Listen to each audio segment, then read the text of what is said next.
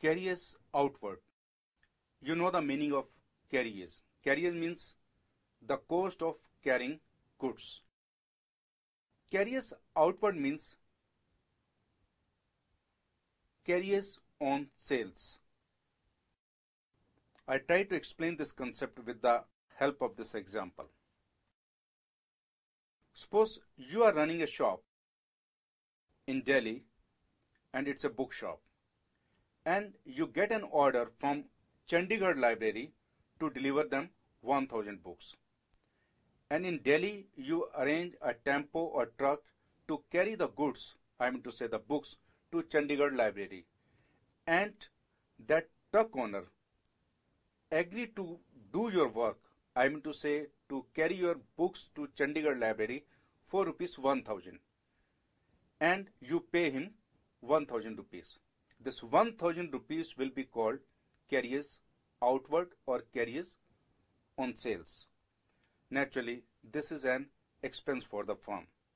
So you can say carriage outward means delivery charges to the customers. One thing more that must be clear to you, sometimes the students get confused. They think when any payment is made, that is expense for the firm. For example, you pay to the creditors. I mean to say today you have bought the goods and you promise the supplier that you will pay him money after 2 months.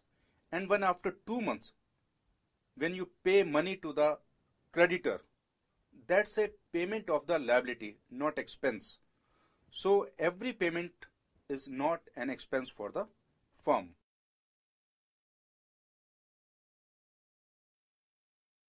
Let me clear the concept of bad debts. You know, in any business, you need the sales, because only out of sales you can make the profits. These sales can be of two types: cash sales or credit sales. Cash sales means you sell the goods and you receive the cash immediately from the customer. Credit sales means you sell the goods to the customer, but the customer promise you to pay the money after 2 months, 1 month, 3 months, whatever it is. They are called credit sales. And that customer will be called debtor. Debtors means the credit customers. If the credit customer is not able to pay you cash, whatever the reason, whether he passes away or he becomes insolvent or he becomes dishonest, whatever the reason, that unrecovered money is called bad debts. B-A-D, bad, and D-E-B-T-S, debts. B is silent in this word. So bad debts is a loss for the firm.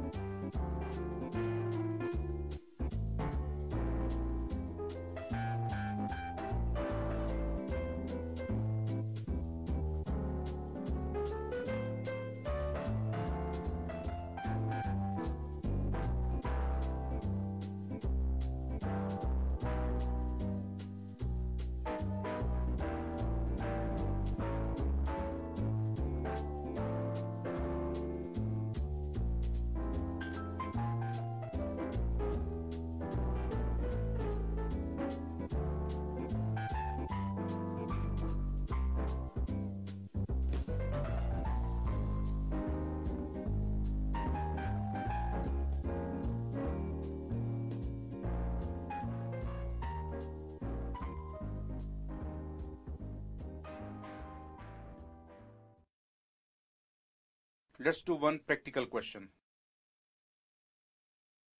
A starts business with cash rupees 5,000, purchased goods from S rupees 1,000, sold goods costing rupees 800 for rupees 3,000, paid to S rupees 500, closing stock as on 31st March 2013 rupees 200. And let's make journal entries for this transaction. transaction number 1. A starts business with cash rupees 5,000. So journal entry will be cash account debit to capital account rupees 5,000. Purchase goods from S rupees 1,000.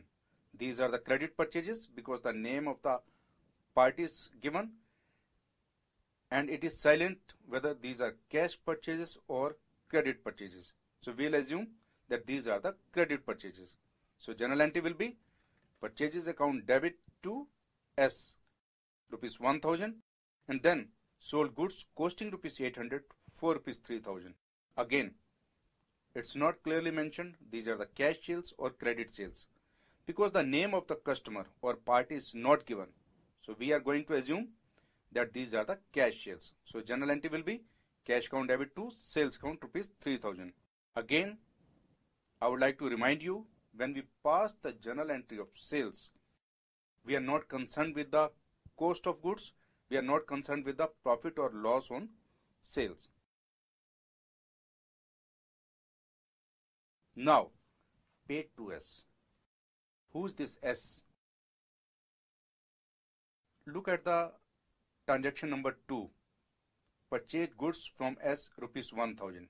It means a few days ago we purchased goods from S. This is the name of the supplier and we owed him rupees 1,000 and today we are going to pay him rupees 500. Means today we are going to make part payment of rupees 500 out of rupees 1,000 to S.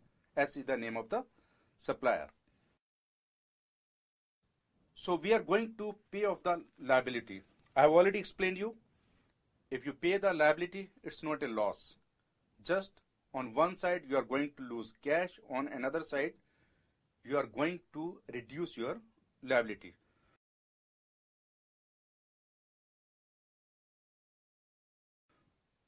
So let's go to the table of options. We have to find one debit and one credit for this transaction. On debit side, debit all expenses and losses.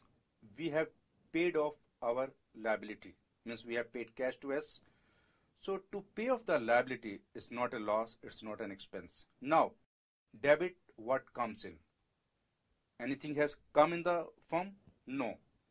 So move to the next option. Debit the receiver. We have paid rupees 500 to S, and who is the receiver? S. This is the name of the supplier. This is the name of the party. So write down S. Now move to the credit side. Credit all incomes and gains. We have paid off the liability, so there is no question of income or gain. Credit what goes out. Anything has gone out? Yes. We have paid cash. Cash has gone out. So write down cash.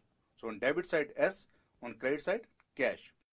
So write down the suffix of account on cash. No need to write down account as suffix for S because this is the name of the party, it's okay. And now use the prefix for cash on credit side to. So S on debit side and on credit side to cash account. So our journal entry will be S debit to cash account and money will be, I mean to say the amount will be 500 rupees. And now write down closing stock 200 rupees at the footnotes of journal entries.